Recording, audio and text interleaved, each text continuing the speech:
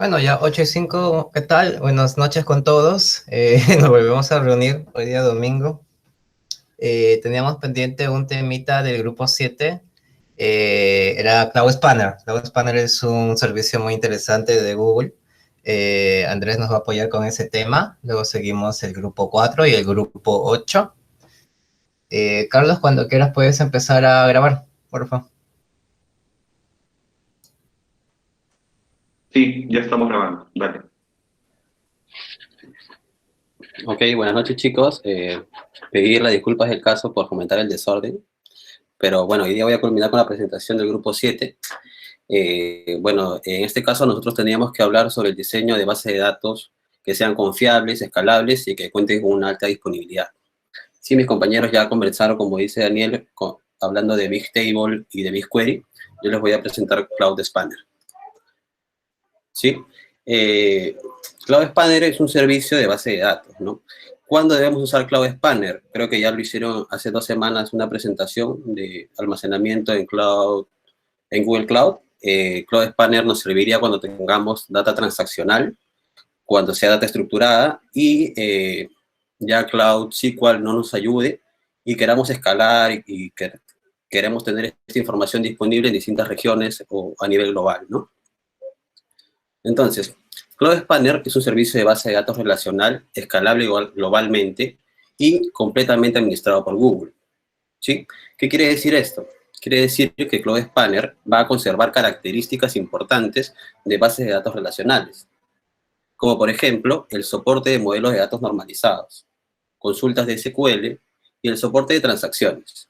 Pero además va a adquirir características de disponibilidad y escalabilidad, que antes solamente se limitaban para uso de bases de datos no SQL, ¿no? Estas características, por ejemplo, son la replicación transparente y síncrona en configuraciones regionales y multiregionales. ¿Qué quiere decir esto? Quiere decir esto que nuestra información va a estar replicada en distintas zonas, ¿sí? Mínimo 3, y el máximo ya depende de la necesidad que nosotros tengamos, ¿no? Otra característica que ya va por el lado de escalabilidad es la fragmentación automática de datos en función del número de solicitudes y del tamaño de los volúmenes de datos. ¿Qué quiere decir esto? Quiere decir que Cloud Spanner tiene un optimizador que va a dividir nuestra información en pequeños grupos llamados splits, y estos splits nos van a ayudar para nosotros o para que Cloud Spanner distribuya el almacenamiento y distribuya también el procesamiento. Y así podamos tener una respuesta más rápida a nuestras consultas. ¿Ok? ¿Qué deberíamos conocer o comprender de Cloud Spanner? ¿Sí? Obviamente Cloud Spanner, ya lo había dicho, tiene características de base de datos relacional, pero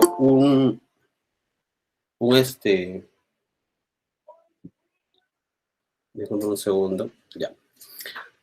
Una de las características importantes que tiene Cloud Spanner es que podemos trabajar con tablas intercaladas. Estas tablas intercaladas nos van a ayudar a trabajar con modelos de datos normalizados. Ya más adelante, un par de slides adelante, vamos a ver de qué trata. ¿Sí? Tenemos que también que comprender cómo es que influyen las primary keys y en los hotspots, ¿no? Los hotspots son como momentos en los cuales los servidores de Cloud Spanner comienzan a sentirse exprimidos, se están utilizando de una manera incorrecta y ya la eficiencia o la respuesta no está tan óptima como debería ser. ¿Ok? También vamos a hablar de database splits, que es lo que les comentaba a un inicio, de cómo es que Cloud Spanner fragmenta la información que tenemos en pequeños grupos. Y finalmente vamos a hablar un poco de cuáles son las mejores prácticas de consulta. ¿Ok? Si estoy avanzando un poco rápido, me avisan y me pauso un poco. ¿Sí? Lo hago por el tiempo, para no afectarlos a los demás grupos. ¿Ok? ¿Qué características de base de datos relacional tiene Cloud Spanner? Bueno, acepta consultas SQL, algo muy importante. Soporta transacciones, soporta modelos normalizados y esquemas, admite índices primarios y secundarios, cosa que Cloud Spanner nos limitaba un poco disculpen, Cloud Bigtable nos limitaba un poco con los índices secundarios. Aquí sí vamos a poder utilizar esta característica de índices secundarios para poder consultar o tener una eficiencia en nuestras consultas, ¿no? Característica importante de base de datos relacionales también es que tiene un alto nivel de tipificación, ¿sí? Es decir, no podemos tener una columna que no tenga un tipo de dato, ¿sí? Aquí hay un ejemplo sencillo de un modelo relacional en el cual tenemos 3 tablas, la tabla de clientes, de órdenes y de productos. Si estas tablas están relacionadas, por ejemplo, clientes con órdenes está relacionada de uno a muchos, al igual que productos y órdenes también tienen una relación de uno a muchos, ¿no? Cotidianamente o normalmente en una base de datos tradicional, la información se guarda de forma separada. Cada una de las tablas tiene un espacio para poder guardar esta información. Y en casos como este, en los cuales nosotros queramos tener una información completa del nombre de un producto y el nombre de un cliente que compró este producto, tendríamos que hacer un join de estas 3 tablas o una unión de estas 3 tablas para poder tener un resultado. ¿Ok? En este caso, Cloud Spanner, para este tipo de consultas que son bastante comunes, bastante cotidianas, nos brinda una solución. Esta solución es tablas intercaladas. ¿De qué van las tablas intercaladas? Las tablas intercaladas nos habla de que tenemos tablas de nivel superior y tablas de nivel secundario. ¿Ok? Aquí tengo otro ejemplito. En este ejemplo tenemos un modelo dimensional, un modelo normalizado, en el cual tenemos una tabla de cantantes, una tabla de álbumes y una tabla de canciones. ¿Qué sucede si yo tengo el nombre de una canción y quisiera saber cuál es el nombre del cantante?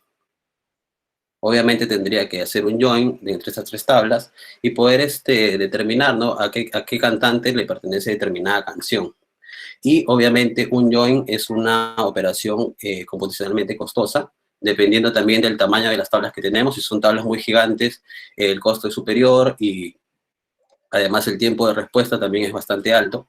Y Cloud Spanner lo que nos ofrece es poder guardar la información de estas tablas de manera intercalada, para que los join que nosotros hagamos para poder obtener este tipo de consultas sea más eficiente. ¿Cómo podemos intercalar tablas? A ver, aquí tenemos las sentencias necesarias para crear estas tablas. Al inicio se crea una tabla de cantantes con una primary key, que es el singer ID. Y también podemos crear la tabla álbumes. Esta tabla álbumes se crea de forma normal, pero al final le agregamos esta sentencia, interleave in parent. Quiere decir que vamos a intercalar esta tabla con la tabla de singers, ¿sí? En este caso, la tabla de nivel superior sería la tabla singer y la tabla de nivel secundario sería álbumes, ¿sí? De tal manera que vamos a poder almacenar la información intercalada. Ahora, lo mismo podríamos hacer entre las tablas álbum y canciones, ¿sí? Podríamos intercalar la tabla de canciones con la tabla de álbumes. Pero ¿cómo se vería esto? ¿Cómo estaría físicamente almacenado? Se vería de esta manera. ¿Ok? Tendríamos entonces las 3 tablas almacenadas juntas o intercaladas. En este caso, una característica importante de Cloud Spanner es que cuando se almacena la información, siempre se almacena ordenando ascendentemente por el primary key. En este caso, podemos ver que nuestra tabla de nivel superior es cantantes y nuestra llave primaria es singer ID. Entonces podemos ver que la información va a estar almacenada de esta manera. Primero el singer ID 1, singer ID 2 y de esta manera sucesivamente, ¿no? ¿Qué podemos diferenciar aquí? Podemos ver que el cantante 1 tiene 2 álbumes. El primer álbum no tiene ninguna canción y en el segundo álbum tenemos 2 canciones. ¿Ok? Igual podemos ver para el segundo cantante que tiene 3 álbumes, en el primer álbum tiene 3 canciones, en el segundo no tiene y el último tiene una canción. ¿Ok? De esta manera, Cloud Spanner nos deja almacenar la información de tal manera que cuando nosotros queramos cruzar esas 3 tablas, el tiempo de respuesta de la consulta sea mucho menor y así no tener que hacer este cómputo de juntar las tablas y todo lo que se hace conlleva un join, ¿no? Aquí estas filas que corresponden a la tabla de nivel superior se les conoce como filas de nivel superior. Y estas filas de nivel superior son muy importantes cuando nosotros vamos a almacenar la información. ¿Ok? Porque recordemos que Cloud Spanner lo que hace es divide esta información en pequeños splits que van a tener siempre un límite, ¿no? Este límite va a ser variable, va a ser dependiendo de la cantidad de información que nosotros tengamos. Cloud Spanner tiene siempre un optimizador que nos ayuda a ordenar, a saber cuántas columnas o cuántas filas van a ir a determinada división. Entonces, ¿qué sucedería si nosotros queremos almacenar en una división 100 cantantes? Y estos 100 cantantes empiezan a superar el límite que puede tener esta división. ¿Qué hace Cloud Spanner? Cloud Spanner divide estos 100 cantantes en dos divisiones, en dos splits de 50-50, 40-60, dependiendo de cuál es la forma más óptima de ver esta información. ¿Ok?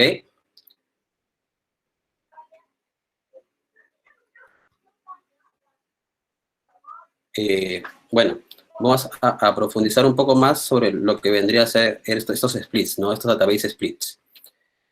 Aquí a la mano derecha podemos ver la misma tabla que teníamos hacia arriba, la tabla de nivel superior, en la cual está ordenada, como ya habíamos comentado, en orden ascendente por el primary key. En este caso es Singers, vamos a tener Singer 1, Singer 2, Singer 3, Singer 4, Singer 5. ¿Sí? Y en este caso podemos ver que Cloud Spanner ha dividido esta información en dos splits. Cada split va direccionado hacia un servidor de Cloud Spanner. ¿Ok? Aquí podemos ver también que no todos los splits van a tener siempre la misma cantidad de filas. Es variable esto, es un optimizador que tiene por detrás Cloud Spanner y que decide cuántas filas van a ir a determinada división. Ahora, el límite de que les hablaba de esta división es de 4 GB. Como máximo, una división puede almacenar 4 GB de información. Eso quiere decir que si nosotros intercalamos varias tablas, es decir, podemos tener varias tablas de nivel secundario, podemos llegar a llenar esta división. ¿Ok? Cuando nosotros intercalamos esta información, lo que se va a mostrar o la decisión que va a tomar Cloud Spanner de cómo repartir estas filas en divisiones, lo va a hacer simplemente tomando en cuenta las filas de nivel superior. O sea, las filas que pertenecen a la tabla de nivel superior. ¿Ok? Ahora, la distribución va a depender, Cloud Spanner lo hace automáticamente, pero también tenemos que tener mucho cuidado de no saturarlas en la forma de cómo guardamos la información. ¿Qué pasaría si tenemos a un cantante que tiene 1 millón de canciones y ese millón de canciones supera los 4 GB de información? ¿Qué pasaría? Lo que pasaría es que se llenaría esta división, este split, y no podríamos tener 900.000 canciones en un split y el resto en otro split. Eso no se puede hacer. Cloud Spanner no lo permite. Entonces, lo que sucedería ahí es que ya estarías exigiendo más de lo que puede ser exigido un servidor de Cloud Spanner o una división, y ya ahí tendrías deficiencia en cómo se ejecutan tus consultas, en el tiempo de respuesta de tus consultas, hasta en el nivel de escritura, ¿no? Entonces, ahí se generaría un hotspot. ¿No? Un hotspot es justamente cuando se sobrecarga de información una de estas divisiones y altera el funcionamiento de Cloud Spanner. ¿Ok? Ahora, ¿qué tiene que ver las primary key y los hotspots? ¿No? Justamente como les comentaba, en una división, dentro de una división, siempre se ordena por primary key, y si está ordenado por primary key, tenemos que tener algunas consideraciones ahí, ¿no? Por ejemplo, ¿qué sucedería si yo hago esta creación de tabla? Aquí lo que estoy haciendo es crear una tabla de usuarios que me va a tener varias columnas. Entre ellas va a estar la columna de último acceso y del ID del usuario, ¿sí? El último acceso está como timestamp, sea que es una fecha con hora, con un detalle de milisegundos, ¿sí? Y este detalle de milisegundos siempre va aumentando y es ordenado, ¿sí? Entonces, si yo escojo como primary key esta combinación de columnas, que es el último acceso con el usuario, o el ID de usuario, tendría algo como esto. ¿Sí? Cada inserción se haría en orden ascendente, en este caso, y tendríamos que si la división, con el concepto de que en una división siempre entran columnas, o disculpen, entran filas que están ordenadas ascendentemente, si todas estas filas que yo voy insertando son consecutivas, todas estas filas irían a una sola división. Y esta división lo que haría es saturar este servidor de Cloud Spanner y se produciría un hotspot, ¿no? Entonces, es un antipatrón que lastimosamente varias personas utilizan, de poder poner un tiempo que es consecutivo, ponerlo como primary key, ¿no? Que no es recomendable hacer esto en Cloud Spanner, ¿no? Porque vemos que podría ocasionar este tipo de inconsistencias y podría hacer fallar nuestro sistema de Cloud Spanner, ¿no? Nuestro rendimiento. ¿Ok? ¿Cuál sería la solución en este caso? ¿Qué podríamos hacer para que no suceda este colapsamiento de división? Lo que podríamos hacer es cambiar el orden de cómo estamos llamando a nuestro primary key. Primero ponemos el user ID y luego en la última conexión o el último acceso, y tendríamos algo como esto, ¿no? Podemos ver ahí que las inserciones ya no todas se dirigen a un solo servidor de Cloud Spanner, sino que ya están en 3 divisiones distintas, ¿no? Ya no tenemos esa saturación hacia una sola división y se puede manejar de una manera más óptima, ¿no? Otra solución sería utilizar un share ID, una, entre comillas, partición, que nos ayude a poder seleccionar, digamos, cuáles van a ser nuestras divisiones, ¿no? Podemos ahí ver que tenemos share ID como 02, 03 y 04, y para cada uno de estos share ID se le acomoda una división. Entonces, así también podríamos nosotros tener un control de qué filas van y qué filas no van a una división, ¿no? Y bueno, lo recomendable es que dejemos que Cloud Spanner tome estas decisiones, pero digamos que hay casos en los cuales ya no está funcionando bien y tenemos que dar una solución, ya podríamos utilizar esta salida, ¿no? De poder manejar nosotros hacia qué lugares van las filas y cómo se va a distribuir esta información. ¿Ok? Bueno, finalmente vamos a hablar un poco de cuáles son las mejores prácticas de consulta dentro de Cloud Spanner, ¿sí? ¿Qué sucede? Cuando nosotros hacemos una consulta en Cloud Spanner lo primero que hace es busca un plan de ejecución, ¿sí? Formula un plan de ejecución y luego lo desarrolla. Si en este caso tengo una sentencia simple en la cual estoy seleccionando el nombre de una canción de la tabla canción. Entonces, en este caso, lo primero que va a hacer es Cloud Spanner es ver si esta fila de songs name está en un índice. Si está en un índice, va a seguir estos pasos que vemos aquí a la mano derecha hasta que finalmente nos va a dar un resultado, ¿sí? Nosotros, si queremos ver a detalle cómo es que está funcionando una consulta, podemos ir a la consola, y en la consola podemos tener ese detalle, ¿no?, que vemos en esta imagen. Vamos a poder ver la cantidad de ejecuciones, la latencia, las filas retornadas, el tiempo o el lapso de tiempo que duraba esta consulta. ¿Ok? Pero esta es una consulta sencilla. ¿Qué sucede si tenemos una consulta más compleja, en la cual tenemos varios joins, tenemos varios filtros, tenemos varios ordenamientos, agrupamientos? Ahí, en ese caso, Cloud Spanner lo que hace no es genera un solo plan de ejecución, sino genera varios planes de ejecución y escoge el más óptimo entre todos estos planes de ejecución. Eso es un beneficio, pero si sabemos cómo consultar, ¿no? Si sabemos cómo consultar, podemos sacarle el jugo a este beneficio de que Cloud Spanner te pueda traer una consulta más óptima, ¿sí? Una buena práctica para poder, cuando uno crea una base de datos o cuando crea un modelo de datos, es poder utilizar parámetros de consulta para hacer unas consultas que se hacen con frecuencia. Por ejemplo, si yo quiero hacer esta consulta, Aquí estamos viendo que estoy consultando a la tabla de álbumes, estoy filtrando por el álbum que tenga un título Love y que haya sido realizado más adelante del 1 de enero del 2017. ¿Ok? Entonces, ¿qué hace Cloud Spanner ahí? Primero busca un plan de consulta. Como ya tenemos un filtro, va a tener que decidir entre uno o dos o tres, no sé cuántos planes de consulta se le ocurran a Cloud Spanner, y va a tener que hacer ahí una evaluación de cuál es el más óptimo. ¿Sí? Ahora, pero ¿qué pasa si yo quiero hacer nuevamente una consulta de este tipo? Y ya no busco un título que sea Love, sino busco un título que sea Peace. Cloud Spanner tendría que nuevamente generar varios planes de consulta y evaluar cuál es el mejor. ¿Ok? Y esto no es correcto, pues, ¿no? Si ya lo hizo una vez, ¿por qué volver a hacerlo?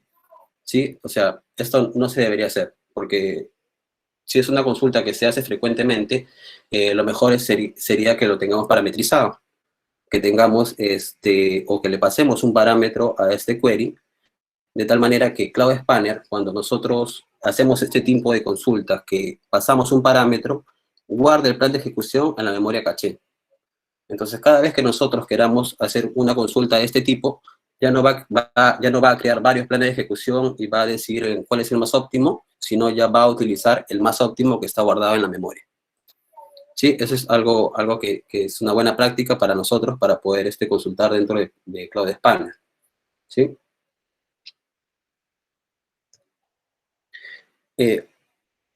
Otra buena práctica es usar índices secundarios. ¿Sí? Bueno, esto se usa en muchas bases de datos relacionales.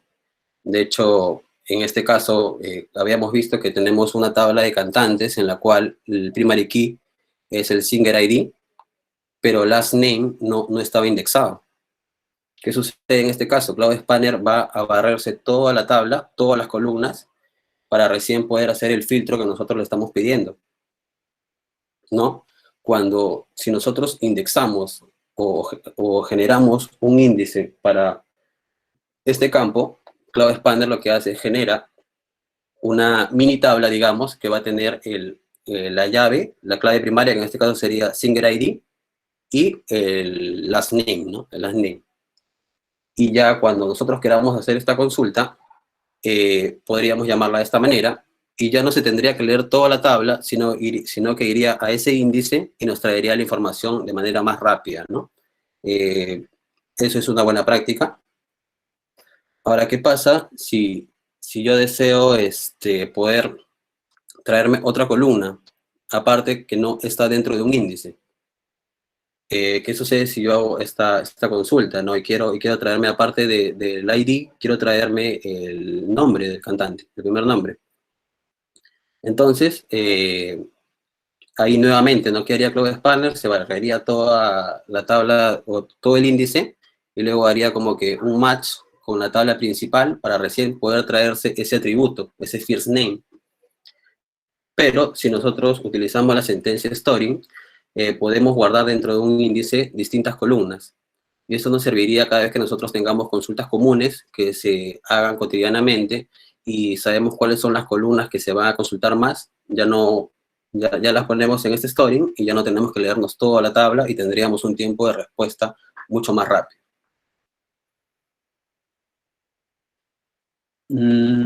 Escribe consultas eficientes para búsqueda por clave de rango. Ok.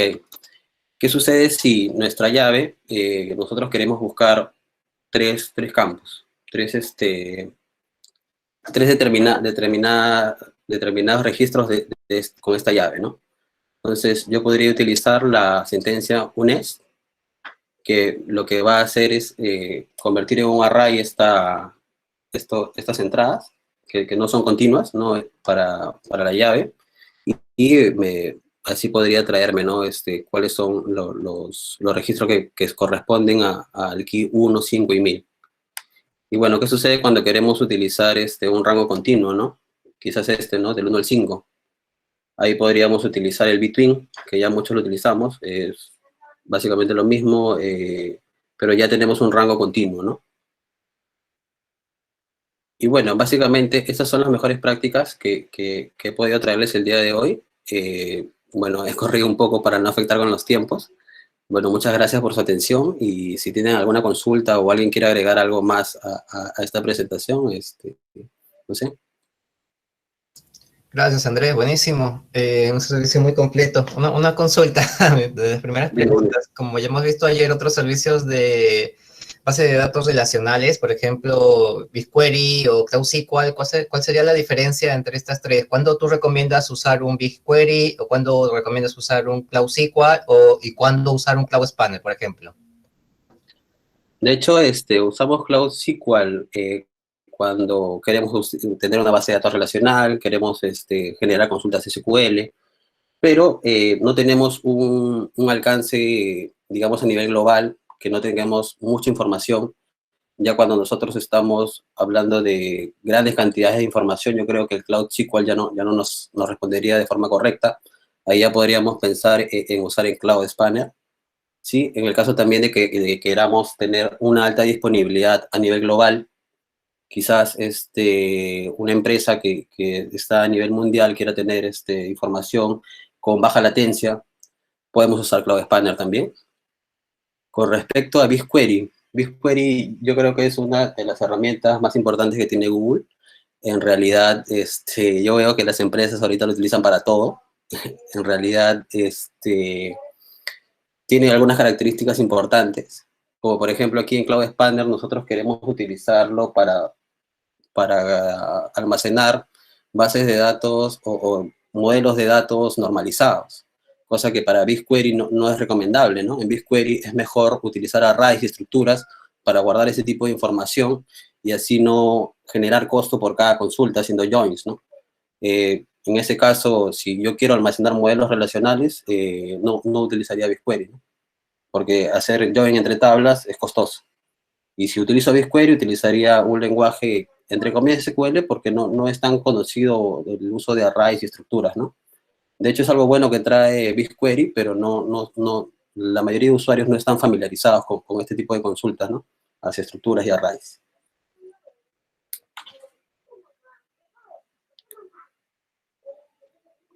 No sé si tienes alguna pregunta o alguna duda. Listo. Yo sí quiero complementar algo de lo que comenta Andrés.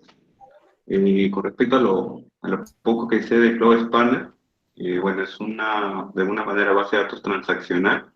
La diferencia entre Cloud SQL es que, bueno, ahí maneja un paradigma que es New SQL.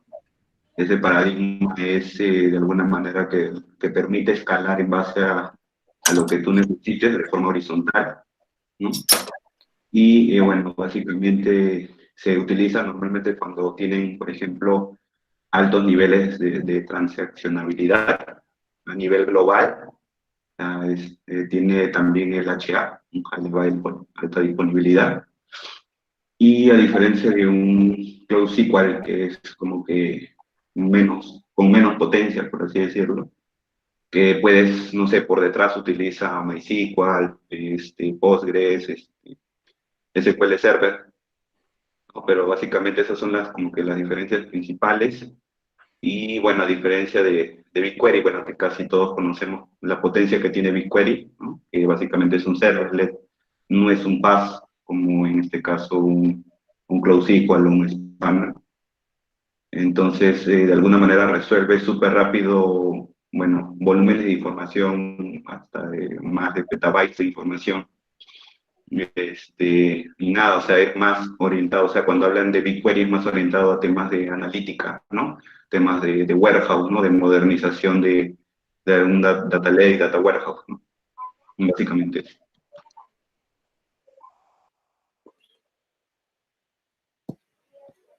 Listo. Yo no sé si creo que hasta ahí queda la presentación de Andrés. Andrés, muchas gracias. Yo doy pase ya al otro grupo.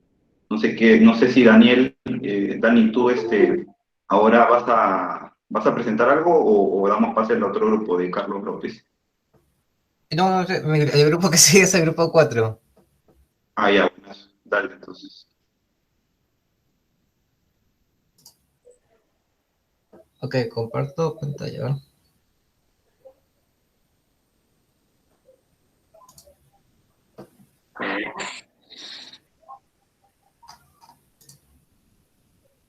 Buenísimo, ¿se ve mi pantalla? Sí.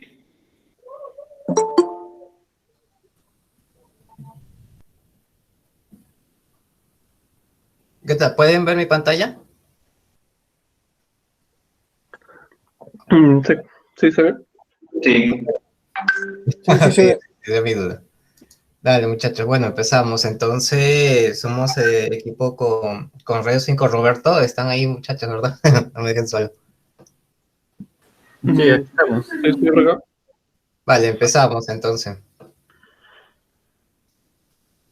Bueno, el tema que nos ha tocado a nosotros como grupo 4 es el Design and Data Processing Solutions. Empezamos con la agenda. Estos son los 3 puntos que vamos a ver hoy día. Entonces, ¿quién empieza, muchachos? Yo. Hola, hola, ¿qué tal? Bueno, mi nombre es Renzo. El primer tema, como menciona Daniel, es Design Infrastructure. Y bueno, a ver, sí, pasamos a la siguiente. Lámina. Ya, entonces, algo que usualmente sucede es cuando ya estás en un entorno nube, pues necesitas justamente elegir qué tipo de infraestructura vas a usar, ¿no? Entonces, acá dentro del libro menciona que existen como que 4 principales y hay 2 que en realidad como quien dice que no se considera para el examen, pero sí es bueno revisarlo, que bueno, ahí les comento después. Pero en resumen son 4 opciones que nos dan. Una es el Compute Engine, que es una herramienta que es IaaS, que es Infrastructure as a Service. Es decir, que pues lo que te da GCP es la opción de pues, poder elegir qué tipo de instancia y con detalles más específicos a qué sistema operativo voy a usar, cuánto de CPU voy a tener, cuánto de distintas características a detalle que te permite justamente tener el control total sobre esa instancia o conjunto de instancias, ¿no? Eh, em, bueno, lo otro es como que te da, claro, el siguiente punto es como que te da el control total, como les explicaba, tienes la parte de que pues a partir de esa instancia pues tienes acceso para poder instalar más cosas, poder configurar más cosas y poder deployar sobre ella igual, ¿no? Como que tienes el control de todo sobre el Compute Engine. Y lo otro es pues que claro, que en realidad tú puedes agruparlos por medio de clases, ¿no? Que son configurables ya pues por cada uno de nosotros, ¿no? El siguiente es App Engine. App Engine es otra opción como infraestructura que está más ligado a las aplicaciones. Es decir, que pues uno que es desarrollador, por ejemplo, de Java o Python, pero más ligado a una aplicación en concreta, entonces lo que va a hacer ahí pues es un PAS, es decir, que es una plataforma como servicio. Acá pues yo puedo dejar, digamos, un proyecto corriendo de una aplicación y pues ya por detrás yo no me preocupo por detalles como qué sistema operativo estoy usando por dentro, qué tanto de recursos estoy usando, sino es más, bueno, el siguiente punto justamente lo explica, que es serverless, ¿no? Ahí pues yo no me preocupo mucho de la infraestructura, sino que pues toda mi aplicación va a estar corriendo sobre una plataforma y sobre ella ya digamos, pues se pueda disponibilizar, ¿no? Eh, Dentro de App Engine, pues se separa principalmente en 2. Está pues, el App Engine estándar y el App Engine flexible. Ahí recuerdo que el App Engine estándar está más enfocado a tareas específicas y en algunos lenguajes, o sea, me refiero a aplicaciones en unos lenguajes específicos también, ¿no? En este caso, pues el App Engine estándar pues soporta lenguajes como o proyectos que están programados en lenguajes de Go, Java, PHP, Node y Python, ¿no? Entonces, si es que pues de cierta forma yo tengo mi aplicación que no contempla uno de estos lenguajes, pues no hay forma de poder subir eh, mi aplicación por ahí, ¿no? Y bueno, luego está el App Engine Flexible, que es otra opción que tiene otras ventajas más de plataforma como servicio y pues te permite atender, digamos, entornos de, de despliegue más personalizados. Ahí entiendo que pues tiene una flexibilidad en cuanto a qué tipo de proyectos estoy corriendo, pero también tiene, uno mismo pues tiene que poder saber cómo personalizarlos también, ¿no?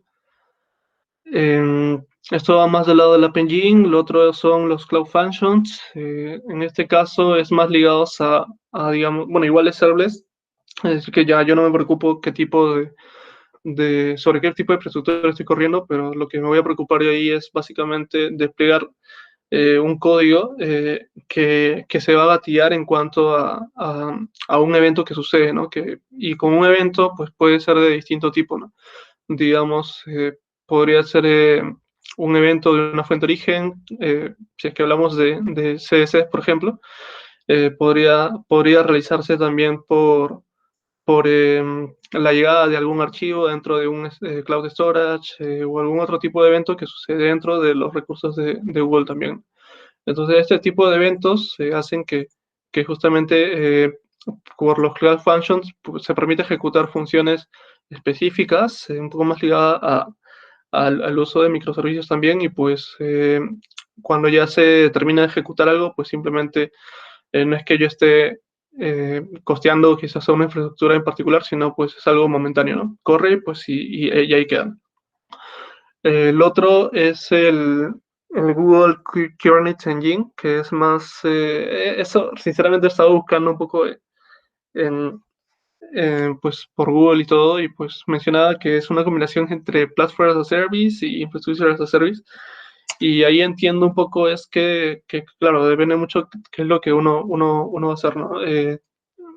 Bueno, o sea, estoy seguro que acá ya hay muchos que han escuchado lo que es Kubernetes, que es un poco más como una herramienta orquestadora de contenedores, ¿no? Entonces, ¿qué es Google Kubernetes Engine? Es el que administra justamente estos servicios de Kubernetes, ¿no? Es como que una capa más encima. Y entonces, hasta ahí pues entiendo que lo toman un poco más del lado de plataforma como servicio, ¿no? Entonces, Infrastructure as a Service entiendo que es más ligado a que pues también tengo la opción, o sea, una opción de no preocuparme mucho de qué detalles hay sobre cada sea contenedor o algún pod que yo estoy realizando acá, pero hay otra opción que pues me da cierta flexibilidad. Entonces, pues como es una especie de combinación entre Platform y Infrastructure as a Service también, ¿no? Bueno, el siguiente punto es, bueno, lo que les comentaba es que es un poco más como una especie de administrador de los servicios Kubernetes, el Google Kubernetes Engine, y pues te permite también, al igual que de cierta forma el Compute Engine, pues te permite instalar y configurar, y ahí va más lado del primer punto que es IaaS, eh, una plataforma entera de Kubernetes sobre un cluster, ¿no? Entonces, en realidad no es que ninguna de estas sea como que la mejor opción, sino es dependiendo de qué tipo de labores voy a realizar, pues me puedo orientar por uno de ellos, ¿no?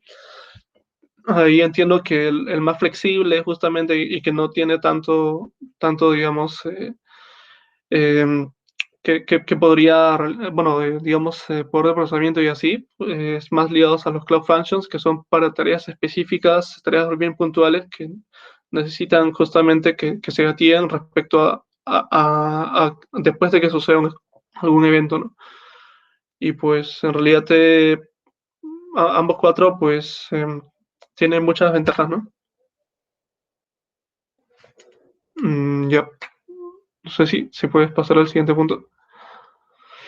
Ya, el siguiente punto, bueno, ya hablamos un poco de los cuatro. Ah, cierto, y no comenté de los dos. Bueno, estaban los cuatro que les comento y estaba Cloud Antos y Cloud Run, que también son como opciones de infraestructura, pero en realidad dentro del libro justamente comentan de que pues no, que no lo consideran para el examen de, de certificación.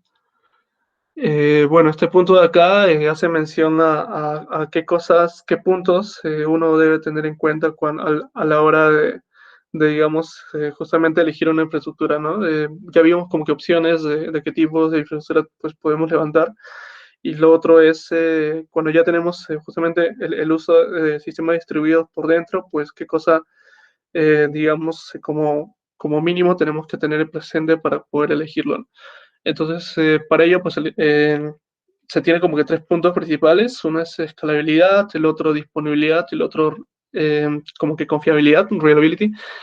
Entonces, estos tres puntos justo te ayudan un poco a ver qué tipo de herramientas por dentro pues, podría usar, ¿no?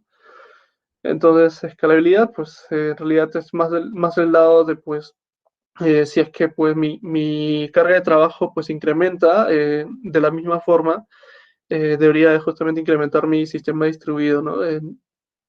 Tiene que tener esa capacidad de poder hacerlo, no es que llegue a un punto en que diga, no, este tipo de tareas pues ya mi infraestructura no puede soportarlo, entonces pues como que es algo que no escala, ¿no? Se queda ahí. Incluso se podría hablar de escalabilidad horizontal y vertical, ¿no? Son como que dos tipos, pero para sistemas distribuidos, pues ya hablamos de justamente clusters y no necesariamente se habla de escalabilidad vertical, que es un poco más ir agregando recursos de RAM sobre una misma unidad de cómputo, eh, sino más ligados a ir agregando más nodos dentro de un clúster, por ejemplo.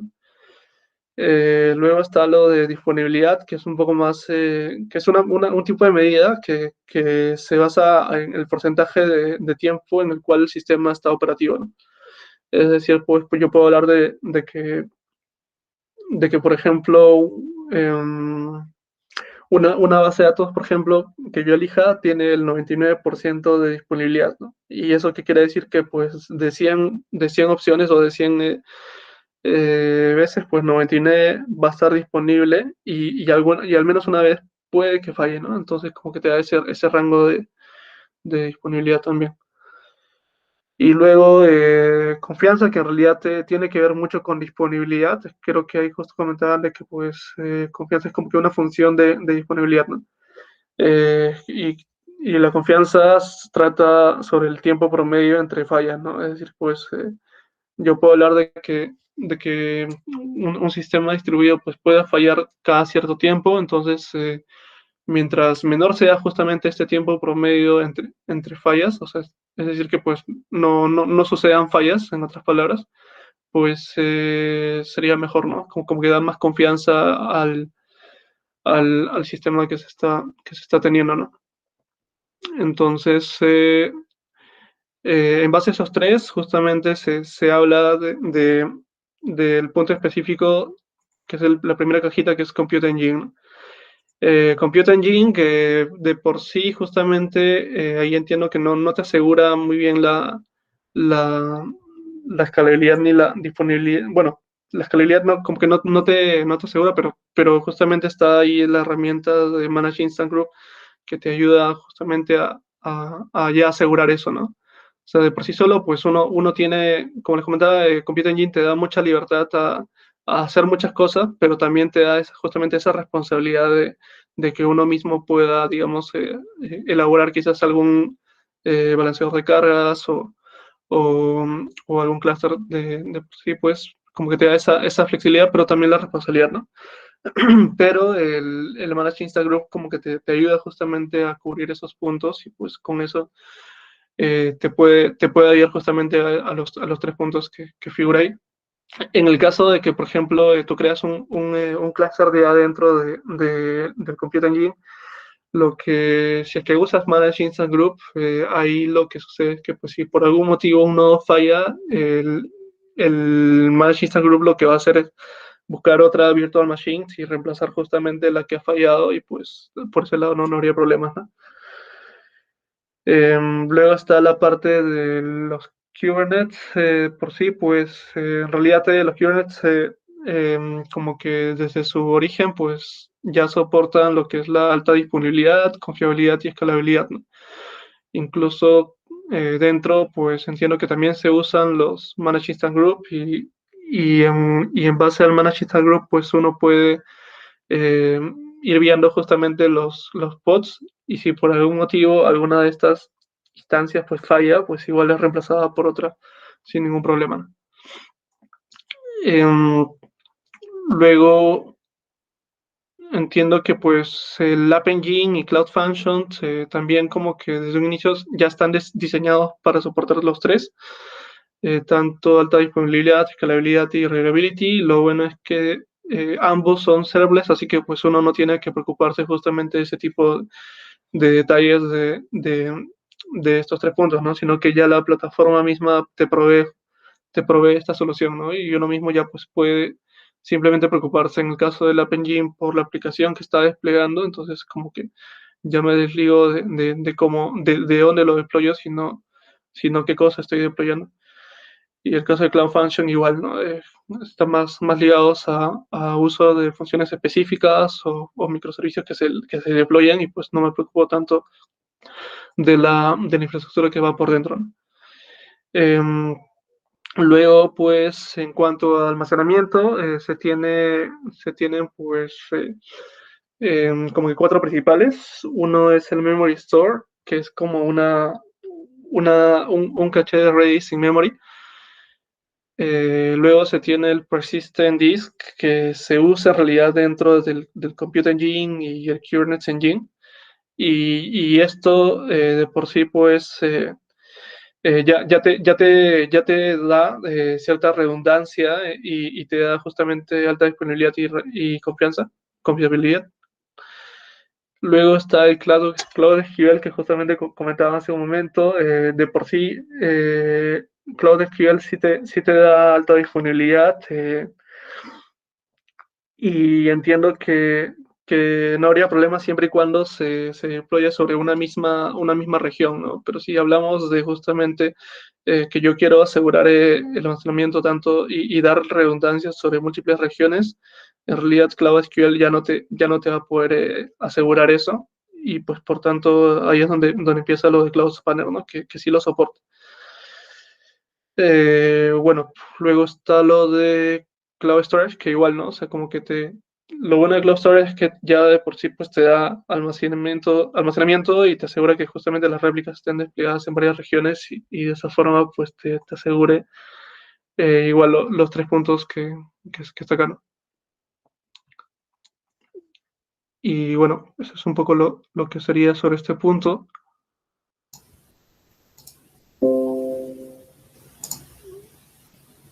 Ya, acá se habla ya de dos puntos más, que creo que con eso terminaría.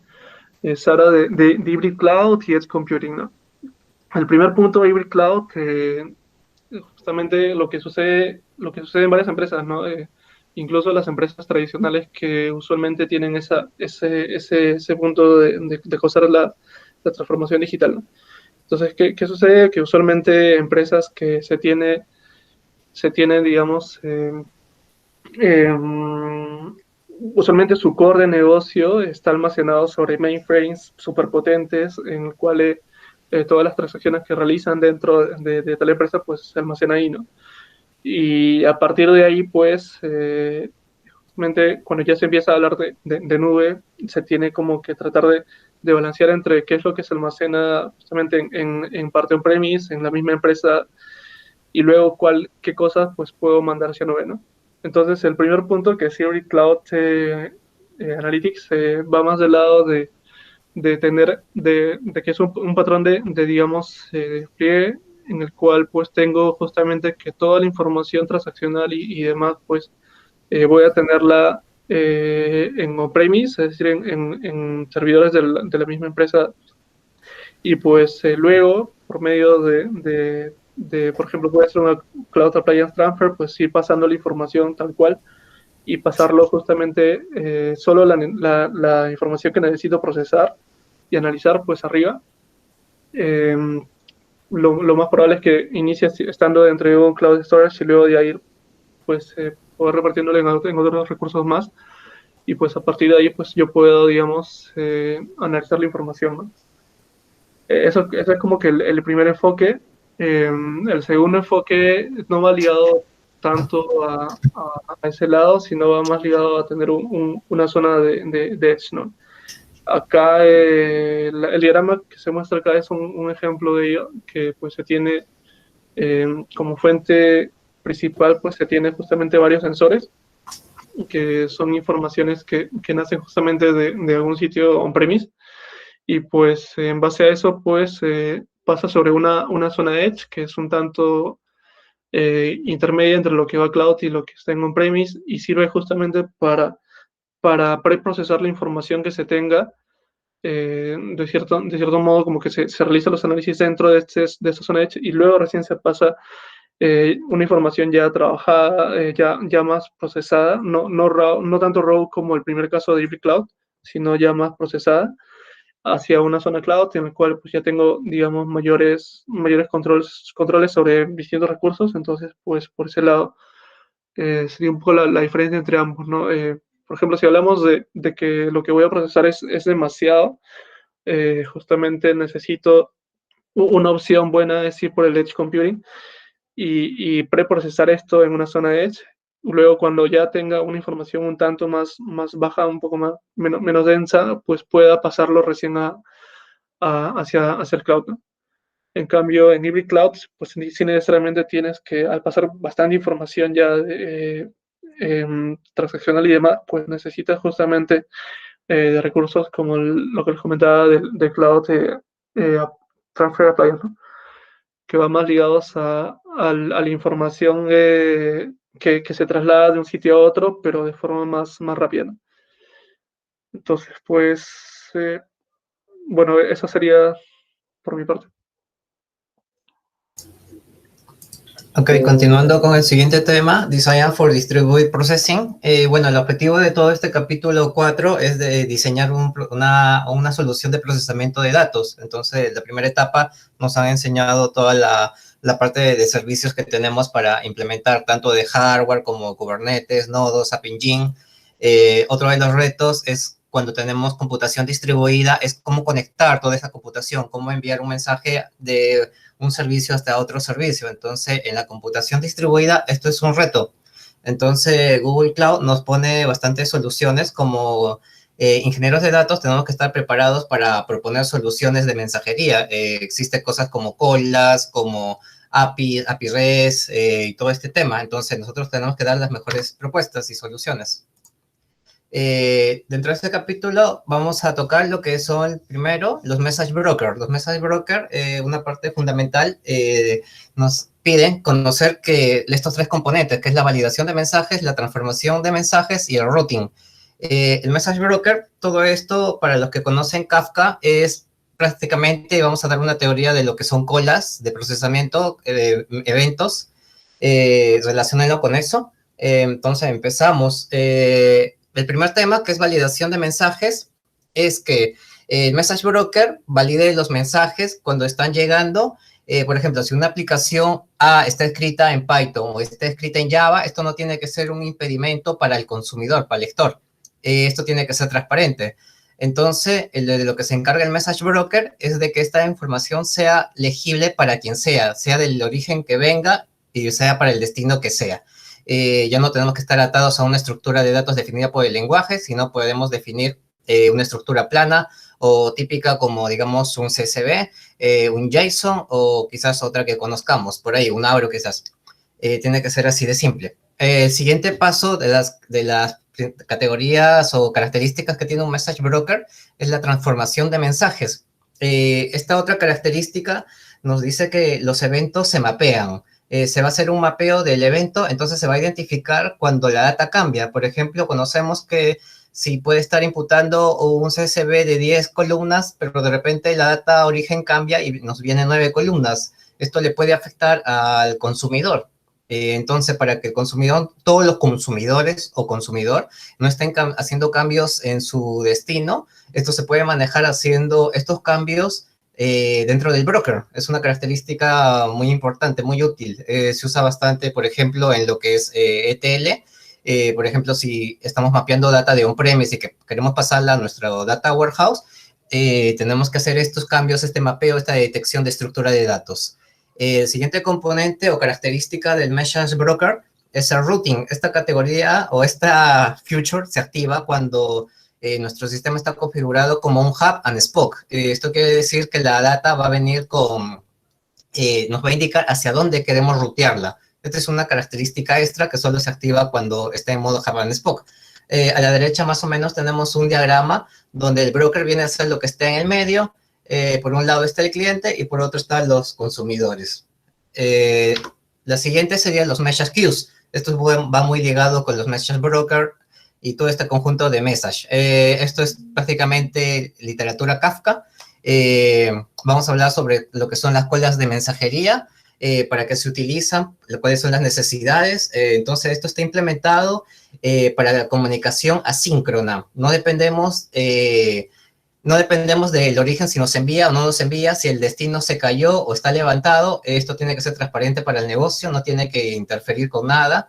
Por eso se dice que es asíncrona. Entonces, un message queue, pueden verlo como que es un tubito, así, como un embudo, una cañería, donde todos los datos de los productores entran y por el otro lado salen hacia los consumidores. Puede haber un consumidor de un productor o puede haber múltiples consumidores de un productor. Esto depende de las configuraciones. Esto va ligado a lo que es el modelo publicador-suscriptor, que también es teoría Kafka, ¿no? Entonces, a la izquierda es prácticamente esta queue, esta cola ampliada. Tenemos lo que son, ya viene a ver lo que son los tópicos, los grupos, los publicadores, consumidores. Entonces, más o menos acá nos grafica cómo se puede distribuir un grupo de un publicador, pero que haya dos consumidores, dos suscriptores en este caso. Entonces, el publicador puede generar eventos hacia un tópico o hacia otro tópico. Entonces, en este tópico 1, el suscriptor puede consumir estos datos. Por ejemplo, el suscriptor 2 está atado al tópico 2, pero puede venir un suscriptor 3 y acoplarse a cualquiera de estos tópicos sin ningún problema. Cada suscriptor sabe a qué tópico se está conectando, desde dónde va a empezar a leer la data, dónde se quedó de leer la data, qué pasa si en el camino este suscriptor que viene a hacer otro servicio podría ser un desarrollo que está en un compute engine, un app engine, se cae por N cosas que puede pasar, o hay intermitencia en la red o cualquier otra cosa. Entonces, Message Queue nos garantiza que esta data, al ser asíncrona, no se va a perder. Va a guardar el estado de la última transacción, por así decirlo. Entonces, para cuando el destino o suscriptor o consumidor se levanta, se reanuda, sabe dónde volver a empezar de nuevo. O si es que esta data de repente vino corrupta y necesita pedir de nuevo recuperar toda esta data, como bien sabemos, una de las características es que la data se puede almacenar. Se puede almacenar en un periodo de tiempo, digamos 7 días por defecto en algunos utilitarios. Entonces, tener esta característica de tiempo de respuesta, de capacidad de reacción, es muy importante para el desarrollo de procesamiento distribuido. Entonces, otra de las características son los modelos. ¿Qué modelos o ventajas o desventajas nos trae este tipo de procesamiento? Entonces, tenemos que las colas de mensajería pueden proporcionarnos diferentes garantías con respecto a cómo se proporcionan los mensajes del consumidor. Nosotros como consumidores podemos tomar esta data de diferentes formas. Las 3 características son que nos entregue una sola vez, o que nos entregue una sola vez y que sea ordenado, o que nos entregue exactamente solo una vez. El primer escenario nos indica que se entregue al menos una vez. Esto tiene que estar garantizado, pero puede que venga duplicados para que se garantice más aún, reforzar. Esto tenemos que validarlo dependiendo de nuestro negocio. ¿Qué pasaría si nuestro negocio son ventas? No podríamos hacer esto porque se estaría duplicando las ventas. Pero ¿qué tal si es un procesamiento donde hacemos un distinct por alguna llave? Entonces no importa si nos está llegando duplicados, nos estamos asegurando que vengan los datos, podemos procesarlo con normalidad. Siguiente, nos tiene que garantizar el orden. En algunos sistemas, por ejemplo, en IoT necesitamos procesar por ventanas de tiempo, necesitamos procesar en el orden que se está generando los eventos en los dispositivos IoT. Pero sabemos que existe latencia de red, o que no haya internet en ese punto, en ese edge. Entonces, los datos pueden venir en destiempo, pueden venir con retraso, con un delay de segundos, quizás un minuto. Entonces, aquí nuestra capacidad como ingenieros de datos, y conociendo el negocio, tenemos que proponer mecanismos de cómo mitigar esto. Entonces, podemos hacer lo que son las ventanas de tiempo, definir quizás, no sé, 5 minutos, aguanto y espero y proceso todos esos datos en orden. Entonces los aguanto, los espero, los ordeno y los empiezo a consumir. En otro caso, los que vienen muy tarde, esos eventos que llegan muy tarde pasarían a estar en otro lote o se descartarían, dependiendo de las necesidades, qué tan necesarios. El otro es que sea exactamente una vez. Como bien, el primero nos dice que nos garantice por lo menos una vez, pero pueden haber repetidos. El segundo es que se garantice que el evento sea enviado una sola vez, que no haya repetidos. Pero las desventajas de esto es que toma más tiempo, porque va a haber un tema de verificación entre la cola y el suscriptor. Va a haber un tema que es el ACK, que es muy conocido en lo que es el tema de redes. Entonces, a la derecha tenemos, ya acá estoy poniendo el nombre de un servicio, que es PopSop, que es el que nos ayuda en todo esto que les estoy comentando. Entonces, un suscriptor para garantizar el Exactly One es que se envía el mensaje, tiene un tiempo de espera. El suscriptor, una vez que recibe el mensaje, le da una señal de recibido, de conforme. Entonces llega lo que es el ACK. Entonces este ACK es respondido por el publicador suscriptor y cuando esta comunicación entre el origen y el destino se finaliza, se da por concluido que el evento llegó correctamente solo una vez, pero toma un poquito más de tiempo. En cambio, en los de arriba, bueno, el que tiene que estar ordenado, de ley tenemos que tener un delay, y en el primer caso va a ser duplicado, pero va a ser mucho más veloz. Depende todo del caso de uso. Entonces seguimos con los servicios, pero ¿qué tipos de servicios tenemos en este mundo? Como bien hemos comentado en la primera etapa, nos hemos comentado sobre Compute Engine, que son máquinas virtuales físicas listas para desplegar. Hemos hablado un poco de Kubernetes, Kubernetes como contenedores. Entonces, en el transcurso del tiempo de la evolución de arquitecturas, digamos, empezó con los monolitos. Luego se trató de hacer un poquito distribuido esto, se creó lo que es el SOA, arquitectura orientada a servicios. Esto va muy ligado a lo que son a los negocios, donde tienen, digamos, todo un monolito, monolito mediano, se puede decir que es ventas. El otro sería, no sé, provisión o cualquier otra, ¿no? Pero son, digamos, medianamente grandes. Entonces, con el nacimiento de lo que son los contenedores, también viene de la mano el nacimiento de lo que son microservicios. Es muy parecido a la primera parte de SOA, lo que vino a solucionar, pero mucho más enfocado a una necesidad. El microservicio ataca una necesidad específica, por ejemplo, un logueo, el registro de un usuario, la búsqueda de información, son servicios específicos. Todo esto va dentro de un contenedor. Entonces, el tiempo ha ido avanzando, la nube nos trajo bastantes beneficios y nace lo que son los servicios serverless, sin servidores. Bueno, en realidad tienen servidores, pero digamos por nuestra parte de usuarios no tenemos que estar asignando, necesito un servidor, 2 servidores, tanto de memoria y todo esto, ¿no? Esto sería transparente para nosotros. Entonces, nace el concepto de funciones como servicios, las FaaS. Entonces, esto ya creo que algunos de la vieja escuela, del old school, lo conocen, lo que es el SOAP. Lo que hay que saber de SOAP es que viene con el protocolo de comunicación que viene, es el SOAP. Bastantes lo conocen, es un protocolo un poco brusco de adaptarse, de usar, tiene muchos problemas, se cae bastante. Luego, el otro protocolo que se usa es CORBA, para la solicitud de objetos comunes. Y un poquito cuando ya se está adaptando a la modernidad y ya se está empezando a usar REST. Esto ya es un alivio grande. Entonces, pasando a lo siguiente, a los microservicios. Estos ya son conceptos, digamos, de desarrollo, de developer, pero también está muy ligado. En muchos sitios, por ejemplo, se hacen modelos de machine learning en microservicios. Yo creo mi contenedor y hago un modelo predictivo o así, ¿no? De repente no tengo la necesidad de usar un SparML o otros servicios más grandes. Todo depende de nuestro negocio. Entonces, microservicios son pequeños cuadraditos, ¿no? Son pequeñas cajitas que hacen una funcionalidad. Acá tenemos el billing, el payment, el driving management, no sé, mi interfaz web, y así. Todo chiquitito y todo va conectado. A diferencia de la arquitectura SOA, que son más monolitos, digamos, un monolito en general se encarga de hacer toda una cosa solo, por él mismo. No necesita comunicarse con el exterior, salvo algunas pequeñas consultas donde entra el lenguaje o este protocolo de comunicación que es el SOAP, que era a través de XML y toda esta cosa bien dura. Entonces, con el nacimiento de los microservicios, digamos, todo este conjunto de cuadraditos forman un servicio grande, ¿no?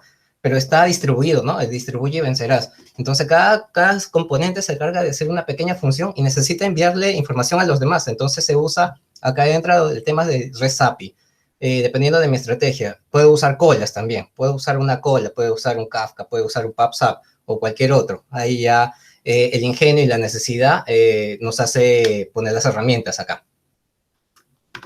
Entonces, y lo que sigue, ¿qué es lo nuevo? ¿Qué es lo nuevo que vino? Son las funciones como servicio, las serverless, las FAS. Ahí lo escribí mal, FAS. Ok, las FAS las encontramos, y supongo que ya las han escuchado bastante.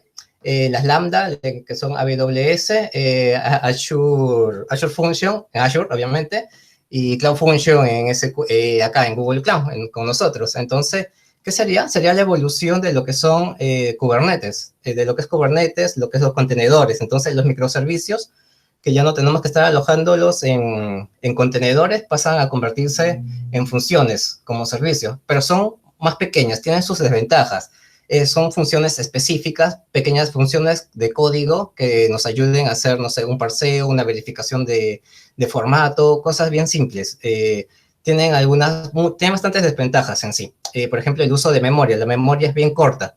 Luego, el tema de concurrencia. El tema de concurrencia también es bastante limitado en la Cloud Function. Con esto, digamos, una de las propuestas que trajo Google es Cloud Run, que no está incluido en este examen, pero Cloud Run viene a solucionar este tema de la concurrencia de datos de eventos. Y eso. Ok, sigamos con el siguiente tema. Ya, buenas noches con todo. Vamos a ver ahora el tercer punto del capítulo 4, que es la migración de un data warehouse. El siguiente, por favor. Bueno, en parte del libro define primero qué es un data warehouse. Bueno, creo que la mayoría conoce como es un conjunto o un repositorio donde la data está organizada, no necesariamente normalizada. Se diferencia bastante del transaccional porque este de aquí es básicamente enfocado a hacer consultas, a sacar análisis, a crear reportes o modelos, ¿no? Entonces, también puede ser este data warehouse usado para un transaccional, ¿no?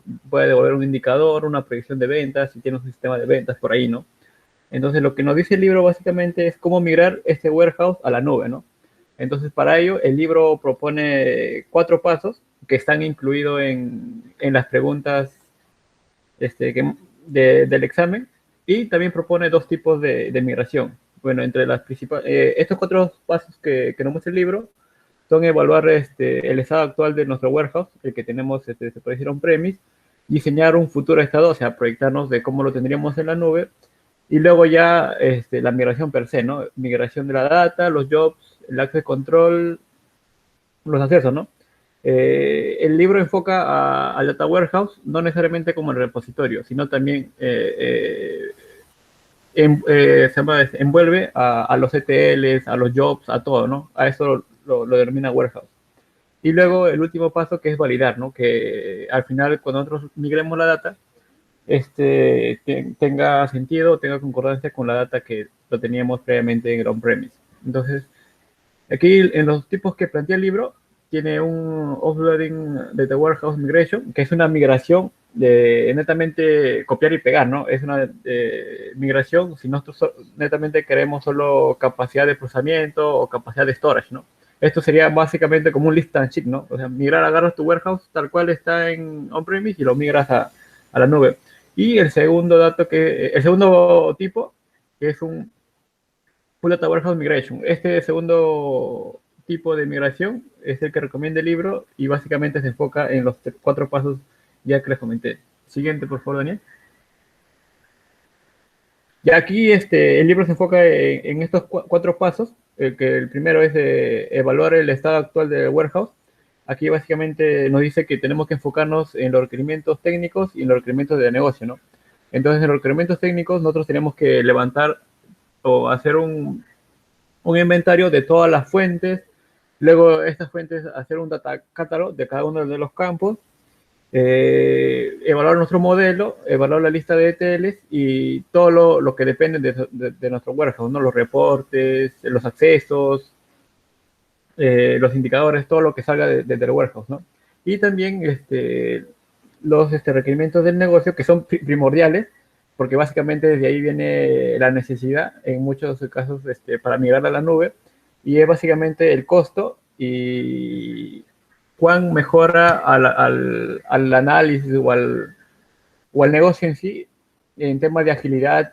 Ahí creo que he escribido a veces ability, pero es netamente en tema de agilidad y habilidad. O sea, cuánto me mejora tener un warehouse en la nube a tenerlo en on-premise, ¿no?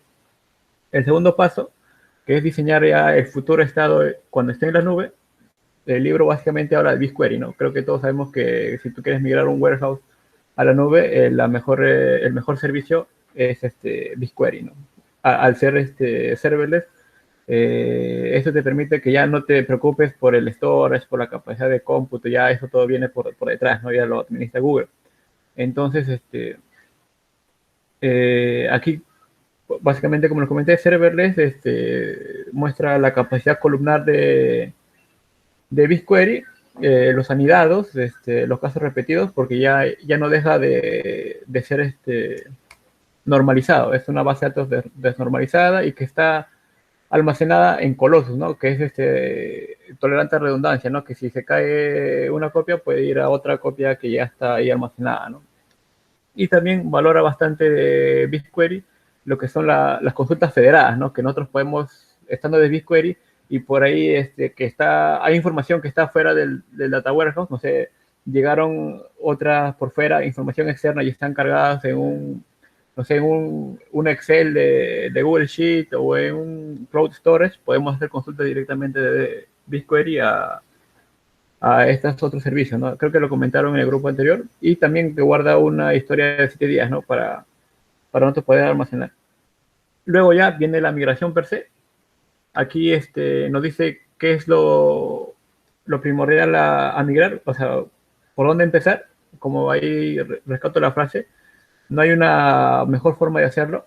Simplemente te dan algunos indicadores de cómo nosotros podemos empezar a migrar, y es ahí como lo comento, o lo pongo 4 puntos importantes, que son explotar las actuales oportunidades, primero migrar los analíticos, basarnos en la experiencia de los usuarios y priorizar los que tienen menor riesgo. No vaya a ser que migremos un proceso o una parte de warehouse que, por ejemplo, depende de riesgo, ¿no? Y entonces ahí hay como que hilitos importantes, ¿no? Que si se cae el proceso por ahí, se nos puede dificultar, ¿no? El libro sugiere migrar primero estos procesos no tan críticos y que sirva más adelante como ejemplo, ¿no? Ir migrando poco a poco. Y como último paso, el libro propone la validación de la data, ¿no? Después de terminar nosotros de migrar todo el data warehouse, tenemos que estar seguros que esa data esté correcta, esté completa, que todo esté cargado, que todo funcione como está esperado. Por ejemplo, que los dashboards que estaban, no sé, en algún visualizador, muestren los mismos datos ya cuando estén en query, porque ahora todos los visualizadores, llámese Power BI, Data Studio, ya se conectan a Google, entonces que todo cuando esté en la nube muestre los mismos datos, ¿no? Y también el control de acceso, ¿no? Si bien en el warehouse on-premise tenemos unos accesos, que esos accesos también se reflejan, ¿no? Y la parte de la gobernabilidad, ¿no? Que también se refleje en el Google Cloud. Esta parte del libro muestra, y lo importante que hay que rescatar en esta parte son los pasos que sugiere el libro, porque sí he visto que vienen en las preguntas, y algunas características en cada uno de los pasos, ¿no? Eso es todo de mi parte.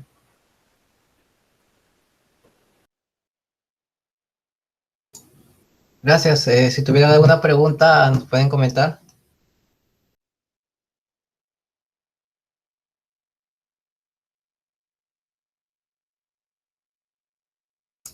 Bueno, creo que pasamos con el siguiente grupo. Grupo de Carlos López, ¿no?